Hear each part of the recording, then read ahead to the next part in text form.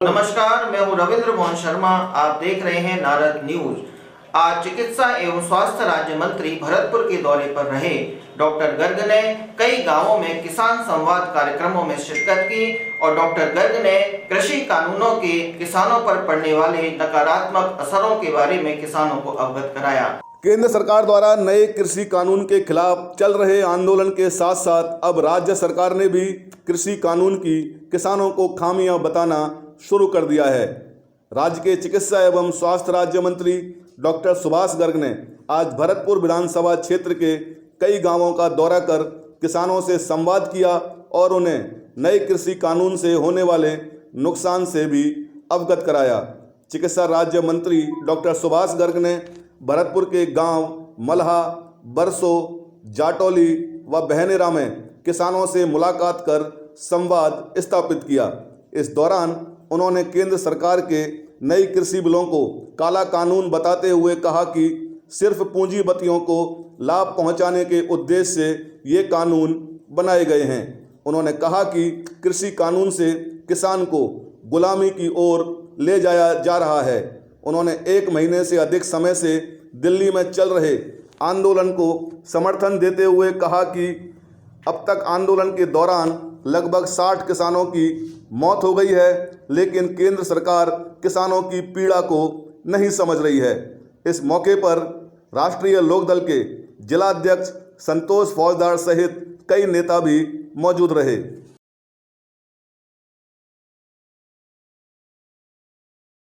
चुनाव हो रहे हैं, कोरोना में हो रहे हैं, खूब सब काम है रहे, संसद नहीं बुला रहे। क्यों नहीं बुला रहे भाई? शीतकालीन अधिवेशन होना था लोकसभा का, बहस हो जाती है अच्छी तरह। कोरोना का बहाना लेकर के संसद नहीं बुला रहे, बाकी सब चुनाव करवा रहे। बिहार में भी चुनाव करवा लिया, बंगाल में भी करा रहे, लेकिन इस पर बहस करने के लिए संसद को नहीं बुलाएंगे, संसद का सत्र टाल दिया। क्यों नहीं बुला रहे? क्योंकि पूंजीपतियों से वादा किया गया था जब ये आए थे सरकार, आपको ध्यान कि हम आपके लिए ये करेंगे, और उसका वापस चुनाव चंदा के रूप में लिया। ये जानने का हक जनता को है या नहीं है? मेरे को 1000 करोड़ रुपए का फायदा करा दिया कोई धंधा दे करके, और मैंने उसमें से 300 करोड़ रुपए दे दिए। क्या दिक्कत है? दुनिया दे देगी, बहुत लोग बैठे ये करा दो भाई, लेते जाओ। ये स्थितियां हो रही हैं, और जब संसद में मांग उठी कि भाई इसको इलेक्ट्रल बॉन्ड को आरटीआई के दायरे में लाया जाए, उस मांग को स्वीकार नहीं किया जा रहा। मालूम तो पड़ा देश की जनता को कि किनको ये उद्योगपति उठाना पहुंचा रहे हैं, वो उद्योगपति कितना चंदा वापस पार्टी को दे रहे हैं, चाहे वो कांग्रेस हो, बीजेपी हो, किसी भी दल की हो। मालूम तो पड़े ना किस उद्योगपति ने, किस पूंजीपति ने किस पार्टी को कितना चंदा दिया। ठीक रहेगा, देश हमारा अखंड है, मजबूत है, फिर क्या दिक्कत है? चाहे अंग्रेजों का भी शासन था तो अंग्रेज भी महात्मा गांधी की बात सुनते थे? नहीं सुनते थे, सत्याग्रह पर ही सुन लेते थे। और यहाँ तो हमारे किसान 40 दिन से 60 किसान मर चुके। आप लगाइए अंदाज, 60 किसान, फिर भी चूनी रह रही है। औपचारिक करते मीटिंग कर रहे हैं, कमेटी बुला ली 4 तारीख को, अब कैसा 8 तारीख को बात करेंगे भाई, 5 को क्यों नहीं? अगर आप इतने संवेदनशील हैं तो उनसे वार्ता जल्दी करो ना, जो भी कुछ करना है। और क्या दिक्कत हो रही है? आप वापस नहीं ले सकते, अब दोबारा कर लेना ना। अप्रैल 2022 तक की कही है कि अर्थात जो 22 की जो फसल आएगी उसमें आपको दिन में 2 ब्लॉक में बिजली मिलेगी, और डोमेस्टिक को जो सिंगल भेजा वो तो मिलेगी। तो रात में आपको पानी नहीं देना पड़ेगा 1 साल बाद, ये मैं कह सकता हूँ, जो आज आपको देना पड़ रहा है। ये हमारे मुख्यमंत्री की पहली प्राथमिकता है, और इसीलिए जीएसएस का जाल बिछवा रहा हूँ। अभी वितरण का शुरू हो चुका है, आपको ध्यान है,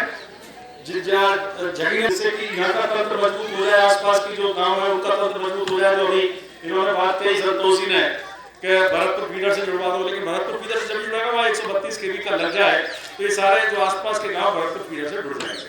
तो ये तो रही बिजली की बात। अब बात आ रही सड़क की। बिल्कुल आपने बताया कि छात्र, देखिए, माननीय मुख्यमंत्री जी की पहल पर पीसीसी कांग्रेस के आह्वान पर यहाँ राष्ट्रीय लोकदल और कांग्रेस के सहयोग से मेरे विधानसभा क्षेत्र में किसान संवाद कार्यक्रम की शुरुआत की गई है। आज के दिन हमने 3 पंचायत कवर की हैं, गांव-गांव जा कर के, और उनसे ये बात रखी कि किसान के लिए जो ये 3 काले कानून केंद्र की बीजेपी सरकार लेके आई, इसके क्या नुकसान हैं, क्या फ़ायदे हैं। इसका एक लीफलेट तैयार करके सभी किसानों को बांटा गया है। उनको बताया गया कि इसके क्या नुकसान हैं, किस तरह से किसान की खेती ख़त्म हो जाएगी, कैसे किसान एक तरह से गुलाम बन जाएगा और उन कॉरपोरेट हाउसेस का वो मज़दूर बन करके रह जाएगा।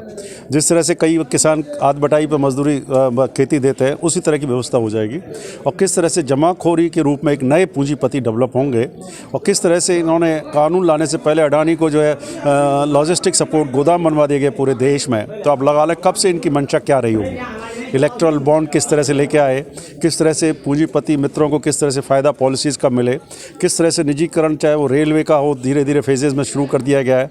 जो रेलवे अपनी एक पहचान है पूरे विश्व में, इस देश की रेलवे सिस्टम को, जो एशिया की सबसे बड़ी, विश्व की सबसे बड़ा रेलवे प्रबंधन है, जो बड़ा अच्छा काम कर रहा है, उसको अब निजी क्षेत्र में Bharat petroleum, Indian oil corporation, सबको बेचने की जो है साजिश जो की जा रही है। इसी तरह से अभी एक अंतिम मसला है वो किसान, जिसके कृषि की जो अर्थव्यवस्था है हमारी और भारतीय अर्थव्यवस्था का करीब 70% पूर्ति जो है किसानों से होती है। सारे लोग प्रत्यक्ष या अप्रत्यक्ष रूप से खेती के ऊपर निर्भर हैं।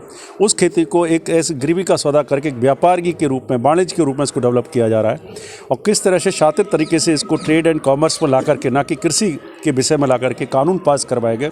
इस सब लोगों की जानकारी हमने किसानों को, इन सब विषयों की जानकारी किसानों को दी है और ये बाकायदा 5-6 दिन हमारे कार्यक्रम पूरे क्षेत्र में, पूरे राजस्थान में सब MLA अपने अपने क्षेत्रों में जा करके एक जो कच्चा चिट्ठा है इसको हम बता रहे हैं और किस तरह से किसान आंदोलन चल रहा है। 60 लोगों की मृत्यु हो चुकी है। इसके बावजूद भी प्रधानमंत्री जी और इस सरकार पर जू नहीं रेंग रही है। 4 तारीख को कुछ होप थी कि शायद कुछ समझौता हो जाएगा, अब 8 तारीख कर दी गई। एक तरफ किसान मर रहा है, कड़ाके की ठंड पड़ रही है, रात में वो वहाँ सोता है, लेकिन किसान झुका नहीं है। किसान और जवान की ताकत को अगर कोई सरकार ललकारती है तो वो सरकार ही चली जाती है। किसान और जवान को कोई ख़त्म नहीं कर सकती, ये मैं मानता हूँ। तो मैं तो यही कहना चाहूँगा माननीय प्रधानमंत्री जी से, पुनः हम अपील कर रहे हैं कि उस बात पर पुनर्विचार करें कि इन कानूनों को वापस लेने से कोई किसी का सम्मान घटता या बढ़ता नहीं है। किसानों की जायज़ मांग है, दोबारा कानून लेके आ जाना, विचार विमर्श कर लो, संसद में खुली बहस कर लो, राज्यसभा में बहस कर लो, क्योंकि बिना चर्चा के, बिना बहस के ये कानून पास कराई दिए गए। किसी स्टेक होल्डर की बात ही नहीं सुनी। आनंद फानन में जो पूंजीपतियों से वादा था उसको पूरा करने के लिए ये कानून लिया। अब कहते हैं कि वापस नहीं होंगे, इसके अलावा कोई भी बात कर लो। जो खुद ही MSP प्राइस की गारंटी की बात करते थे मोदी जी, ये कहा करते थे कि मिनिमम सपोर्ट प्राइस की गारंटी होनी चाहिए। अब उसको कानून का प्रावधान क्यों नहीं कर देते हैं? क्यों ये स्टॉक की सीमा अनलिमिटेड कर दी? लाखों टन खरीद सकता है आदमी, जिसके पास पैसा है वो सारी संपत्ति। देखते हैं प्याज आपने देखा होगा, टमाटर के दाम कैसे बढ़ाए और घटाए जाते हैं, ये आप सब जानते हैं। इसी तरह से गेहूँ, जिसके जीवन का अंग वो है, जिसके जीवन चलता है जिस गेहूँ को खाने से, बेजर को खाने से, जौ खाने से, बाजरा खाने से, उसका सारा अधिकार मतलब ये दे दिया जाएगा, आप सक्षम है तो ले लो, नहीं है तो घर बैठो। तो पूरा मर्सी पर हमारी किसान की अर्थव्यवस्था को जो छोड़ने का जो प्रयास चल रहा है पूंजीपतियों को, उसको लेकर के सब आक्रोशित हैं और इसलिए ये कार्यक्रम। राजस्थान सरकार का जो अभियान है, पूरे राजस्थान में हर विधानसभा में हर MLA को, हर मंत्री को पंचायत हेडक्वार्टर्स पर जाकर के केंद्र सरकार ने जो 3 काले कानून किसानों के विरोध में जारी किए हैं, जिनके खिलाफ गत 45 दिन से दिल्ली में किसान डेरा डाले हुए हैं, उस प्रोग्राम के तहत आज हमारे विधायक और लोकदल के मंत्री डॉक्टर सुभाष गर्ग जी बहनेरा में भी आए और उन्होंने किसान संवाद कार्यक्रम का आयोजन रखा, जिसमें हज़ारों की संख्या में किसानों ने भाग लिया। मैंने सभी को बहुत बहुत धन्यवाद दिया है इस बात के लिए कि इस कार्यक्रम को सफल बनाया आपने। धन्यवाद।